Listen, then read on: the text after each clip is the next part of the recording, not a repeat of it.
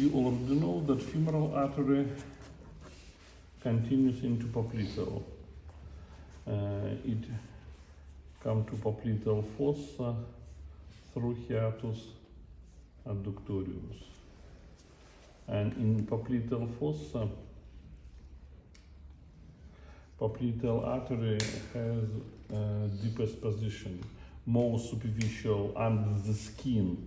In popliteal fossa we have tibial nerve, medial position in popliteal vein, and deepest position in popliteal artery, NVA, that is nerve, vein, and artery. Artery is near of capsule of the knee joint, and the popliteal artery gives medial and lateral superior genicular artery, arteria genus superior, medialis and lateralis. The same two inferior arteries, arteria genus inferior, medialis and lateralis, and unpaired artery, that is arteria genus media. This artery, arteria genus media, it passes through capsule, goes into knee joint and supplies intra-articular structure. For example, ligamentum cruciatum genus or ligamentum transversum genus. And this artery, medial genicular artery, arteria genus media, it not participate in network of the knee joint, areta articularis genus.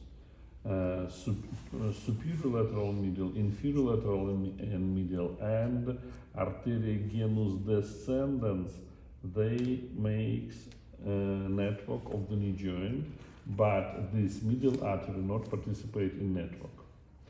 After that, popliteal artery subdivides into two, arteria tibialis posterior and arteria tibialis anterior. Anterior artery passed through opening in membrana interossea cruris, and before this opening it gives arteria recurrens tibialis posterior, and after this opening arteria recurrens tibialis anterior. These two arteries the same participate in network of the knee joint. Next, posterior tibial artery. Posterior tibial artery goes into the canal. Who remember what is the name of canal on posterior aspect of the leg? Between soleus muscle and musculus tibialis posterior. That is crura popliteal canal. And tibial artery goes into this canal, canalis crura poplitus. It supplies posterior muscles of the leg and gives largest branch, that is arteria peronea, or another name, that is arteria fibularis. Arteria fibularis, it goes into the canal, canalis muscula peroneus inferior. It gives arteria malleolaris posterior lateralis, and finish in the network of calcaneus region, that is arteria fibularis. And now arteria tibialis posterior, it gives arteria malleolaris posterior medialis and goes to the network in medial ankle, and after that, behind of medial ankle, it subdivides into two terminal branches, arteria plantaris lateralis and arteria plantaris medialis. Medial artery is smaller than lateral one, and lateral artery, arteria plantaris lateralis, goes to the head of fifth metatarsal bone, then it goes medially and makes anastomosis with branch from dorsal surface of the foot, that is arteria plantaris profundus, and together they make plantar arc, arcus plantaris. More better to call this arc deep plantar arc, arcus plantaris profundus, because the same we have anastomosis between arteria plantaris medialis and arteria plantaris lateralis, and this anastomosis is superficial plantar arc, and this one is deep plantar arc. But I think in your textbook just describes plantar arc without subdivision into superficial and deep. In this case, we speak about anastomosis between lateral plantar artery and ramus or arteria plantaris profundus from dorsal artery of the foot. From this arc start plantar metatarsal arteries, arteria metatarsa plantaris, and plantar metatarsal arteries gives arteria perforantes, and after they gives arteria perforantes, continuation of this artery has name arteria digitalis plantaris communis, and common plantar digital artery subdivides help me into what? Into proper plantar digital arteries. One again, from plantar arc we have plantar metatarsal arteries, arteria metatarsa plantaris. They gives arteria perforantes and continues into common plantar digital arteries, arteria digitalis plantaris communis, and they subdivides into plantar proper plantar digital arteries, arteria digitalis plantaris propria.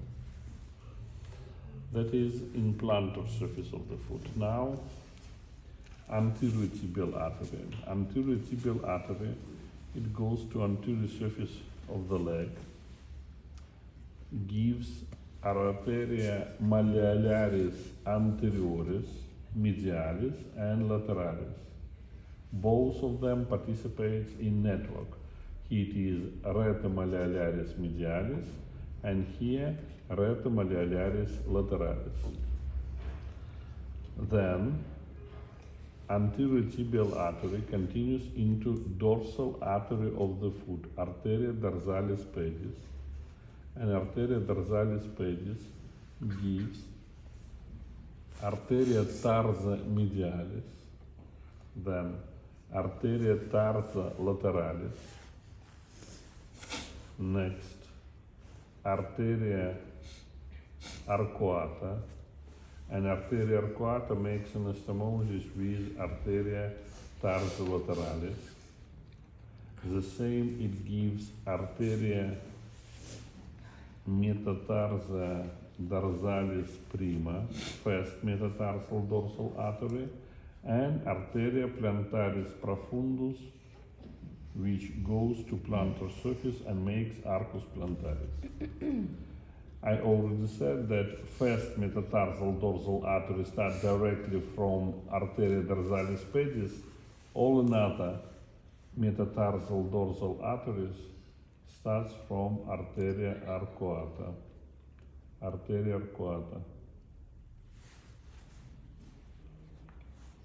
And arteria metatarsa dorsalis, they joined with plantar metatarsal artery with the help of arteria perforantes,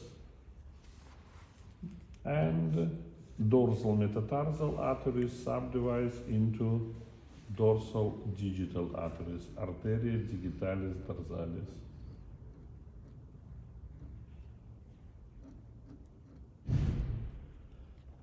That is differences. In plantar surface we have arteria metatarsa plantaris, and here metatarsa dorsalis, but continuation of plantar, that is common plantar and proper plantar digital arteries, and here it is arteria metatarsa dorsalis subdivides into arteria digitalis dorsalis.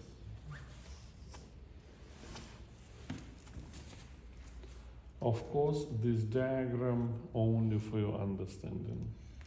Popliteal, arteries of the leg and foot. Next time.